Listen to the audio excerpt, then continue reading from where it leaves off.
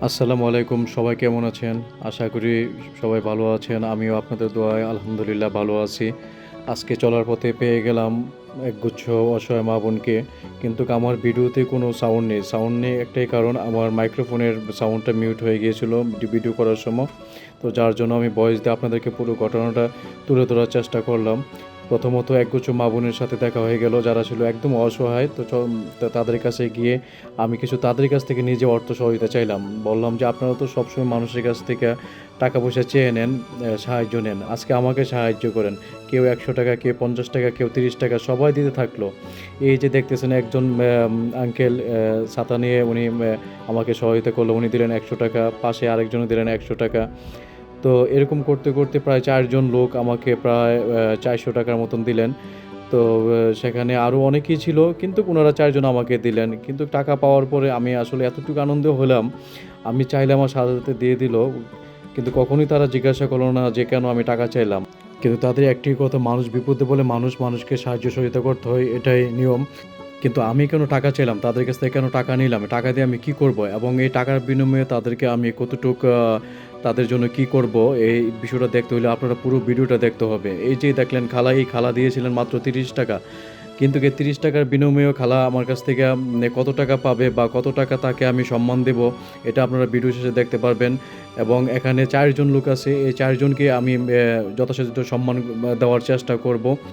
কিন্তু এখানে একটা বিষয় হচ্ছে, এখানে আপনারা যাদেরকে দেখতে পারতেছেন, তাদের প্রত্যেকের জীবনে কিছু না কিছু কষ্ট আছে। কারো স্বামী নেই, কারো সন্তান নেই, কারোর পরিবার নেই, কারোর থাকার জায়গায় নেই। তো অনেক বড় ধরনের সমস্যা এবং কষ্ট নিয়ে তারা এখানে সময় পার করতেছেন। মানুষের কাছ থেকে ৳২, ৳৪, ৳৫ চাইয়ে নিয়ে তাদের পেট চালাচ্ছেন। তারা তাদের জীবনযাপন করতেছেন। তো উনারা যেখানে থাকেন আমি প্রায় সময় এদিক দিয়ে আসা যাওয়া করি। তো মাঝে, মাঝে মনে হয় যে না আজকে এদেরকে নিয়ে একটা প্রোগ্রাম করি। তো আজকে হঠাৎ করে একটা সময় পেয়ে গেলাম। তো এই প্রোগ্রামটা করে ফেললাম। তো যাই হোক তাই এখানে প্রত্যেকটা লোকই যদিও অসহায় গরিব মানুষ তারা নিজেরাও ভিক্ষা করে বা মানুষের কাছ থেকে সহযোগিতা চায় অনেক কষ্টে জীবনযাপন পার করতেছেন। তো আমি তাদের টাকাটা আমি যার কাছে আবার রিটার্ন দিয়ে দিচ্ছি। যে যত টাকা দিছে তত টাকা আমি তাদের কাছে রিটার্ন দিয়ে দিছি। তো মাঝখানে আবার এক খালা সংযুক্ত হলো সে আবার ৳১০০ দিয়ে তো লোক হইলো এখানে ৫ জন।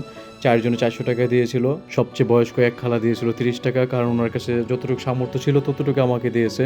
তো এতে করে আমি অনেক খুশি। আসলে আমাদের সমাজে অনেক লোক আছে। তাদের কাছে যদি আপনি ৳৫০, ৳১০০ বা ৳২০, ৳৪০ যাই চান অনেকেই দিতে চাবে না। কিন্তু এই লোকগুলোর কাছে চাইছি চাওয়ার মাত্রই মনে করেন যে আমাকে টাকা দিয়ে দিল এবং সাথে, সাথে বলেই ফেলল যে আমাদের কোনো দাবি নেই। যদি টাকা নিয়ে তুমি চলে যাও, আজকে যদি সমাজে তাদের মতন যদি মন মানসিকতা সবারই হতো, তাহলে একজন একজনের সাহায্য সহযোগিতায় সবাই এগিয়ে আসতো। একজন বিপদে একজন এগিয়ে আসতো এবং একে অপরকে ভালোবাসতো, শ্রদ্ধা করতো। কারো ভিতরে কোনো হিংসা বিদ্বেষ কোনো কিছুই থাকতো না। আজকে সমাজটা অনেক ভালো চলতো। তো একটা বড় দুঃখের বিষয় হয়েছে আমি ভিডিওটা করার সময় আমার মাইক্রোফোনের সাউন্ডটা মিউট হয়ে গিয়েছিল। এর ভিতরে তাদের সাথে আমার অনেক কথা হয়েছে এবং প্রত্যেকটি মানুষের তার জীবনের করুণ কাহিনী আমি শুনে নিজে অবাক হয়ে গেলাম। তো যাই হোক তাদের যে যত টাকা দিছে তাদের এই টাকার বিনিময়ে আমি কতটুকু তাদেরকে সহযোগিতা করতেছি। আপনারা দেখেন এই যে এই খালা তো ৳৫০০ দিলাম। পরে আবার এই খালা থেকে ৳৫০০ ফিরায় নিচ্ছি। কারণ হচ্ছে এই খালা দিয়েছিল আমাকে ৳৩০। আর যারা আমাকে ৳১০০ দিছিল তাদেরকে প্রত্যেকের আমি ৳৫০০ করে দিয়েছি। তো এখানে উনাকেও দিলাম ৳৫০০, চাচাকেও দিলাম ৳৫০০।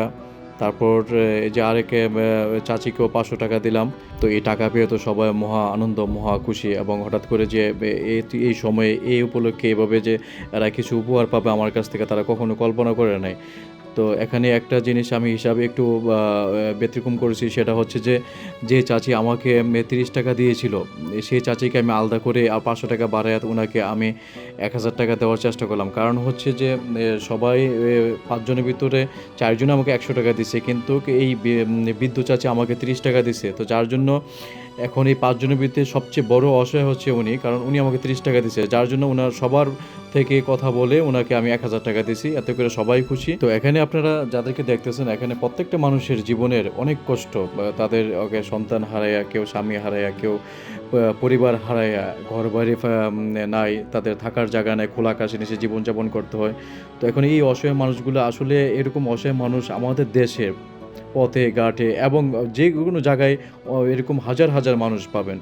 কিন্তু এই মানুষগুলোর সাথে যদি কথা বলেন তাহলে আপনার মনটা অনেক হালকা হয়ে যাবে। এখানে দেখেন মানুষগুলো কত আত্মীয়তাপরণ আমাকে করতেছে এবং এতটুকু ভালোবাসতেছে, আসলে এইগুলা ভুলার মতো না। তো আমি যথেষ্ট চেষ্টা করব যখনই তাদের পাশে আসা যাওয়া করি তাদেরকে সহযোগিতা করার জন্য। তো আজকে এই পর্যন্ত, সবাই ভালো থাকেন। আল্লাহ হাফেজ। আসসালামু আলাইকুম রহমতুল্লাহি বরকাতুহু।